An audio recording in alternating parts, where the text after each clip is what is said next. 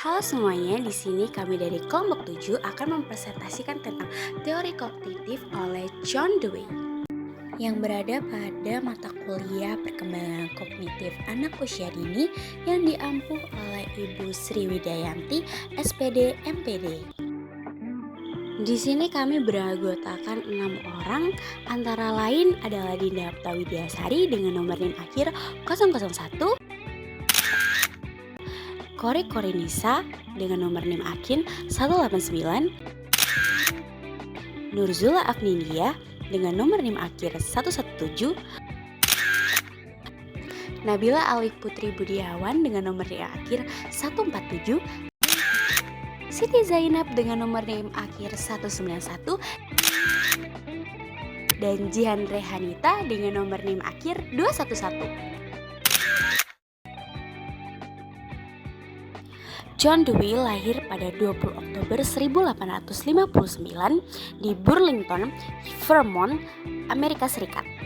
Ia meraih gelar sarjana dari Universitas Vermont pada 1879 dan melanjutkan studinya di Universitas Johns Hopkins. Dewey kemudian menjadi profesor di beberapa universitas, termasuk Universitas Michigan dan Universitas Chicago, di mana ia mendirikan sekolah laboratorium Chicago, dan ia dikenal sebagai tokoh utama dalam pendidikan progresif dan filosof pragmatisme. Karyanya seperti Democracy and Education dan Experience and Nature berpengaruh besar pada teori pendidikan dan filosofi. Dewey meninggal pada 1 Juni 1952 dan meninggalkan warisan pemikiran yang mendalam tentang pendidikan dan masyarakat. Orang tua dari John Dewey sendiri bernama Archibald Sprague Dewey dan Lucina Artemis Rich, dan wafat pada 1 Juni 1952 di New York. Menurut Dewey, pengalaman langsung dan refleksi kritis adalah dasar dari proses kognitif yang efektif. Dengan demikian, teori kognitif Dewey menggarisbawahi pentingnya pengalaman nyata dalam pendidikan, mengusulkan bahwa pendidikan harus memfasilitasi eksplorasi dan pemecahan masalah yang relevan untuk membantu siswa mengembangkan pemahaman yang mendalam dan kontekstual. Hal ini didukung dengan konsep pembelajaran yang dipopulerkan oleh John Dewey, yaitu learning by doing atau belajar sambil melakukan. Tahapan perkembangan kognitif. Yang pertama, premoral, prekonvensional. Premoral menurut John Dewey ialah tingkah laku didorong oleh desakan fisik atau sosial. Dewey menekankan bahwa moralitas berkembang melalui pengalaman dan interaksi individu dengan lingkungannya, bukan melalui tahapan yang kaku. Dewey sendiri berfokus pada proses belajar secara aktif, di mana individu belajar tentang moralitas melalui tindakan dan refleksi. Contoh tahapan premoral, ketika anak-anak yang mematuhi peraturan karena takut dihukum. Tahapan perkembangan kognitif. Yang kedua, konvensional. Tahapan ini ialah di mana anak-anak sudah mulai menerima nilai dengan kritis. Dewey memiliki pendekatan pragmatis terhadap moralitas yang berfokus pada pengalaman individu dalam kehidupan sehari-hari dan pendidikan. Konsep ini dapat terkait dengan pemikirannya tentang bagaimana individu menyesuaikan perilaku mereka berdasarkan nilai-nilai sosial yang berkembang dari proses belajar aktif dalam komunitas. Contoh, remaja yang ingin diakui oleh teman-temannya dengan menaati peraturan. Tahapan perkembangan kognitif. Tahapan ini ialah di mana manusia sudah mulai bertindak menggunakan akal sehat dan memikirkan dampak ke depannya. Otonomi dalam pengambilan keputusan moral terjadi ketika seseorang telah melalui berbagai pengalaman hidup dan mampu menggunakan pembelajaran tersebut untuk menghadapi situasi yang kompleks secara independen. Contoh, Tahapan dewasa ketika mereka sudah mulai menggunakan prinsip hidupnya sebagai pedoman hidup.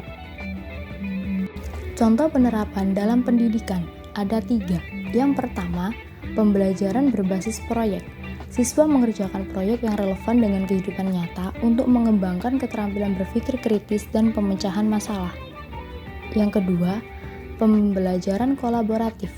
Siswa bekerja dalam kelompok untuk menyelesaikan tugas yang mendorong interaksi sosial dan pembelajaran bersama. Yang ketiga, pembelajaran reflektif.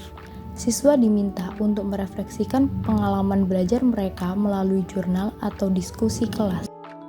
Contoh penerapan PJPL dengan tema mengenalkan angka, proyeknya yaitu membuat toko mainan, permainannya yaitu bermain jual beli menggunakan uang-uangan mainan, menghitung jumlah mainan, dan membuat label harga. Tips melaksanakan permainan PJPL untuk anak usia dini yaitu: yang pertama, pilih tema yang menarik, sesuaikan tema dengan minat dan usia anak. Yang kedua, berikan dukungan dan bimbingan.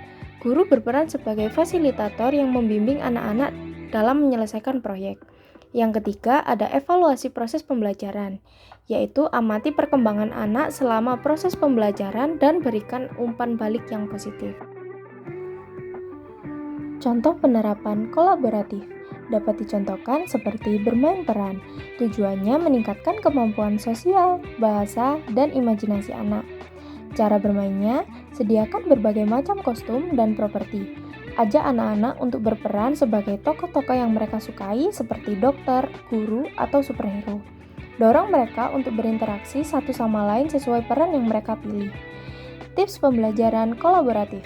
Yang pertama, pilih kegiatan yang sesuai.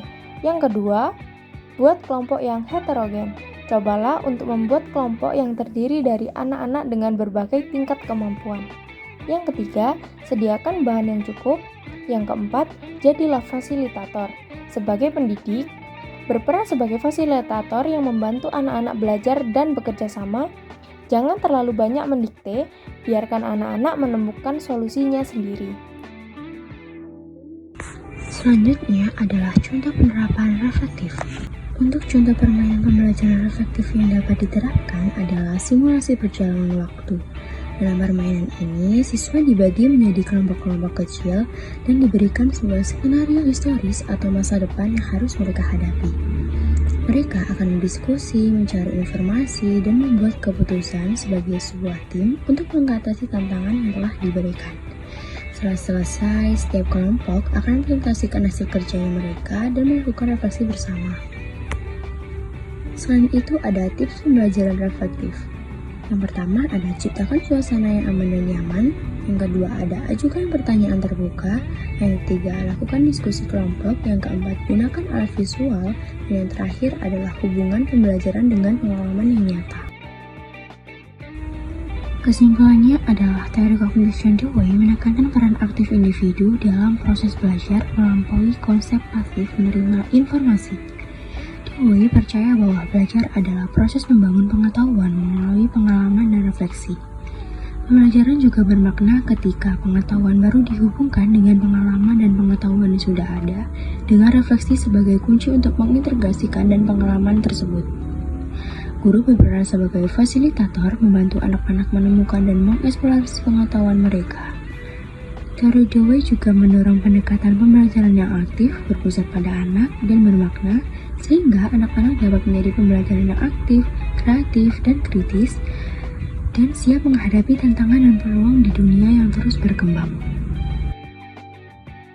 Nah, itu tadi adalah paparan materi yang sudah kelompok kami sampaikan. Saya akhiri. Saya minta maaf jika ada salah kata maupun salah pengucapan dari apa yang sudah kami sampaikan.